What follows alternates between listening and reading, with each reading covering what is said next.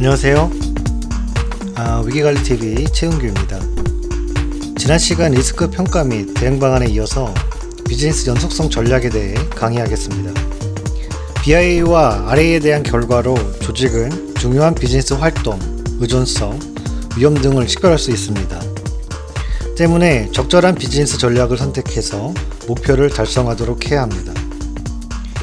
비즈니스 연속성 관리 표준에 따르면 비즈니스 연속성 전략은 재해나 기타 중대한 사건 또는 비즈니스 중단 시 복구와 연속성을 보장하는 조직의 접근 방식으로 정의하고 있습니다. 따라서 이번 강좌에서는 비즈니스 연속성 전략에 대한 정의와 이를 활용하기 위한 방안에 대해서 알아보도록 하겠습니다. BCM 전략의 목적은 업무 중단 시 조직의 핵심 활동의 회복력과 연속성을 보장하기 위해서는 문서화된 프레임워크와 계획 및 운영 방향을 명확히 정의할 필요가 있습니다. 즉, 비즈니스 연속성 전략을 통해 세부적인 계획 수립 시 다음 사항들을 고려해야 합니다. 업무 작업과 자원을 식별하고 또 식별된 시간 내에 핵심 서비스를 복구하기 위해서 관련된 조직을 구성을 해야 합니다. 효과적인 대응 계획 수립 및 문서화를 통해서 이러한 관리가 체계적으로 될 수 있도록 통제해야 합니다. 핵심 활동에 대한 공급업체나 파트너, 이러한 이해관계자 또는 규제 기관과 같은 의사소통을 원활히 하기 위한 계획도 포함하는 것이 좋습니다. 앞서 말한 내용을 포함해서 BCM 전략을 결정하는 것은 이런 BCMS 활동의 핵심 요소입니다. 이와 같은 활동은 조직의 목표, 의무 및 법적 의무를 비용 효율적인 방식으로 반드시 지원해야 합니다. BCM 전략을 결정하는 조직의 접근 방식은 사고의 발생 가능성과 잠재적인 영향을 줄이기 위한 적합한 조치, 운영 중단 시 복원력 및 완화 조치를 담당하는 조직, 사고 발생 기간이나 이후의 중요한 활동의 연속성을 제공하기 위한 조치가 반드시 전략적으로 수립되어져야 합니다. 비즈니스 연속성 전략을 수립하기 위해서 보통 4단계로 구분하여 전략을 수립할 수가 있는데, 이 중 4단계는 사고 대응과 평가 및 의사결정 사항, 비즈니스 및 시스템 복구와 관련된 사항, 또한 새로운 정상 상태로 돌아가기 위한 전략 수립 단계로 구분하여 우리가 살펴볼 수가 있습니다. 우선 사고 대응 전략을 살펴보면 이것은 문제 또는 사건에 대한 어떤 신속하게 대응하는 것을 말합니다. 신속한 대응을 하기 위해서 IRT라는 사고 대응팀을 구성하고 중단에 대한 대응이나 활동을 추진하고 있죠. 두 번째, 평가 및 의사결정에서는 이러한 사고 대응 절차나 계획에 따라 중단의 규모와 사고 정도를 결정하기 위해 권한과 팀, 관련된 정보를 포함하는 계획을 수립을 하게 됩니다.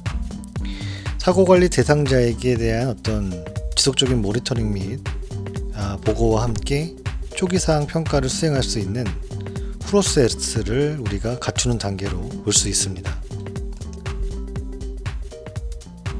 비즈니스 및 시스템 복구는 어떠한 사고가 발생했을 때 규모와 심각도에 대해 결정을 내린 다음에 그 다음으로 조직이 합의된 기간 내에 가장 중요한 핵심 비즈니스 활동을 복구하는 방법과 이에 필요한 리소스를 결정하는 것입니다.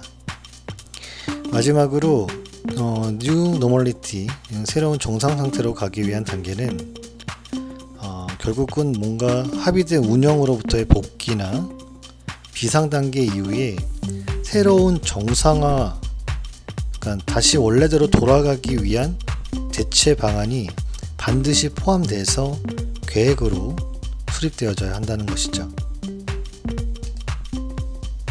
이 중에 한 예가 지난 강의에서도 설명한 바 있는데 미국의 9.11 사태가 정상 상태로 돌아가지 않고 이후 WTC가 다시 새로운 장소에 재건축된 사례를 보면 이것이 뉴 노멀리티한 전략계획의 수립의 하나의 방안으로 볼 수 있을 것입니다.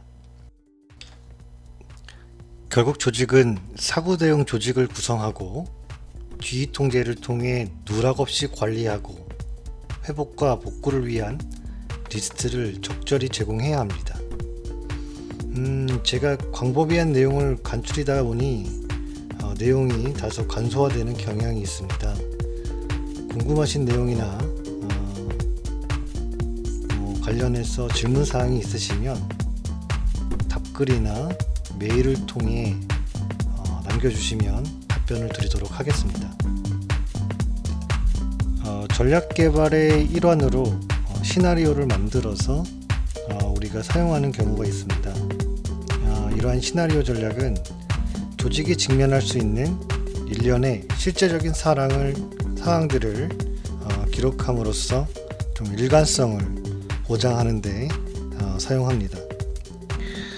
또한 이러한 것들은 전략적으로 다루어야 할 자산을 나타내고 이에 대한 손실의 범위라든지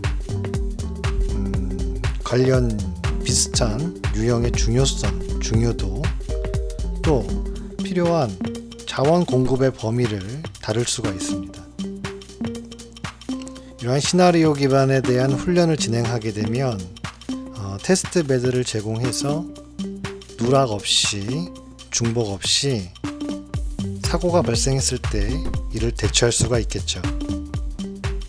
자, 마지막으로 그래프를 보시면 RTO와 비용 간의 관계를 볼 수가 있습니다. 결국은 RTO가 빠르면 빠를수록 비용이 증가하고 비즈니스에 미치는 영향이 줄어든다는 것이죠.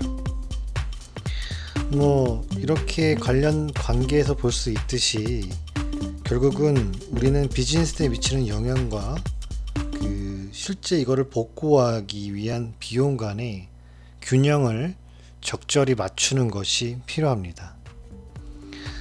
여기까지 해서 오늘 강의는 마무리하도록 하겠습니다.